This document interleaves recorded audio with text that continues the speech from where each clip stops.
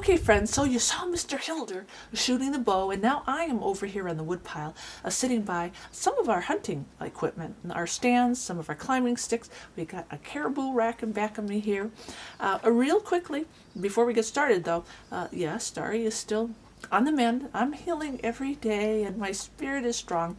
But forgive me in this video. It's hard for me to talk because I still have a fake tooth. So just bear that in mind.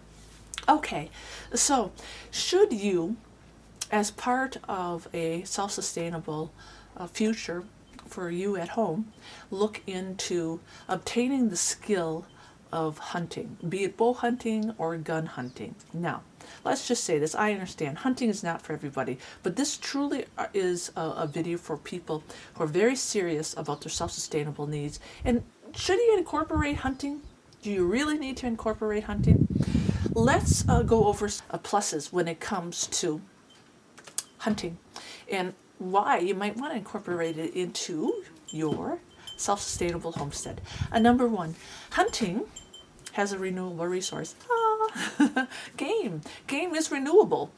And I know here in the mountains, we are able to harvest a bear, whitetail, elk, mule deer, mountain lion, moose, tons of animals. And depending on what region of the country or the world you're at, think about that. Game is, for the most part, very renewable. And that means for your self-sustainability needs, you will always have a source of food. And what a great source of protein. So that's number one. It's a renewable resource that is available to us, and it breaks that dependence on any grocery store.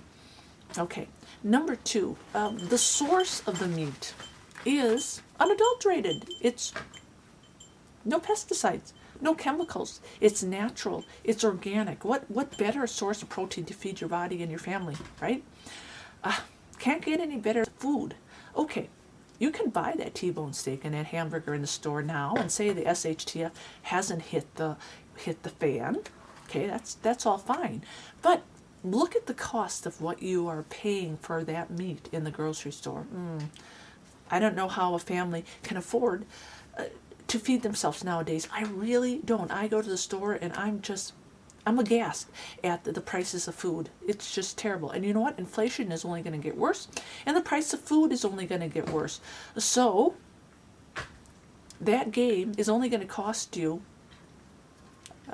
the cost of a hunting license.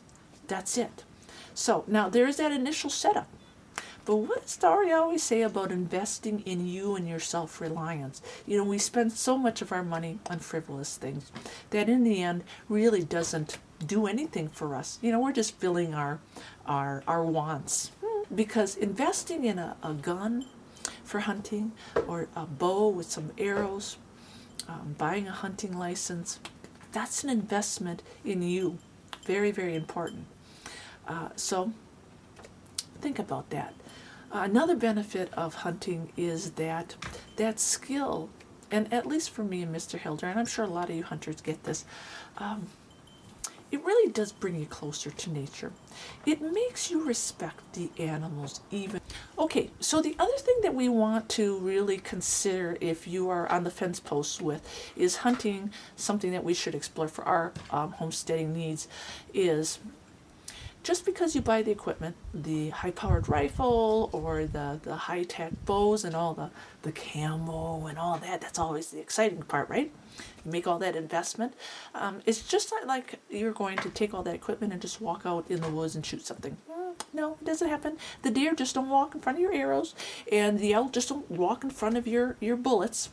So part of that skill is becoming a crafty, knowledgeable woodsman, which involves much time in the woods to learn how to pattern deer, how to pattern animals, to know the wind, to understand weather changes, even from region to region. Here in the mountains, we have to worry about different wind patterns in the mountains, in the air. It lifts and drops, and a lot to learn. It's a little bit more challenging.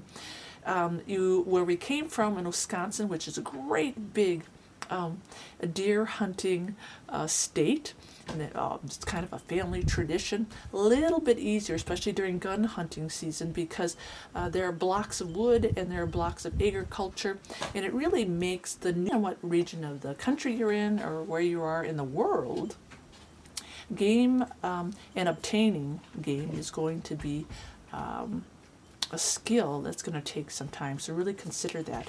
If you are, say, here in the United States and you have a homestead, continue to practice and learn your woodsman skills. Go out, spend time in the woods.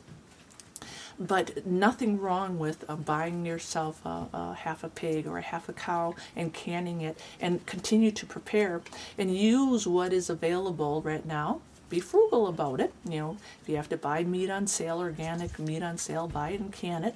But in the meantime, keep practicing that skill, because there will come a time then when, you know, it is gun season or bow season. Now you're ready to go out. And if you miss or you don't harvest anything, you have something to fall back on.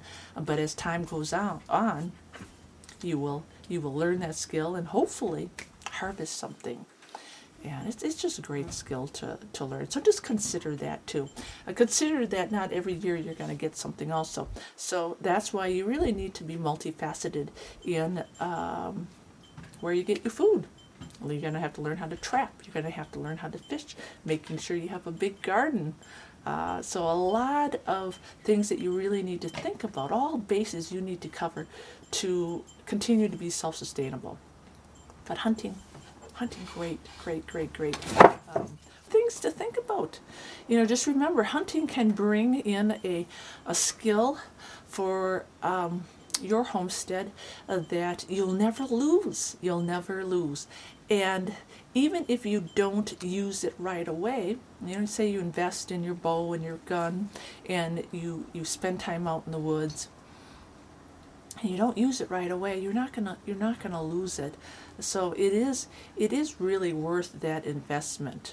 And some homestead families just don't even want to entertain the thought of hunting, and they'd rather just rely on their garden and rely on going to the store, or maybe just raising farm animals and doing it that way. And farm animals are great. The only thing that we say, and this is why we don't go with the farm animals, is they're a lot of work. They really, the responsibility, you have to be on that farm 24/7. You can't go anywhere, and you also have to feed them, and it takes a lot of labor and can cost some money if you don't grow your own grain and corn and all that. A lot of money. So really, think about when you're starting your homestead or you want to be more self-sustainable, farm animals versus hunting.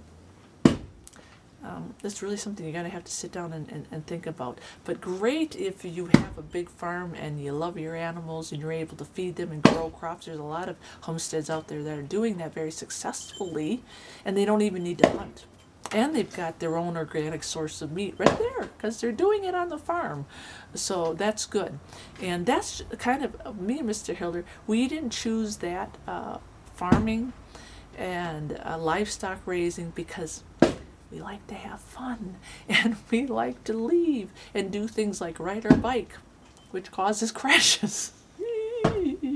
So, okay, friends, that's Starry's little bit of information for you at home who are seriously considering hunting or no hunting.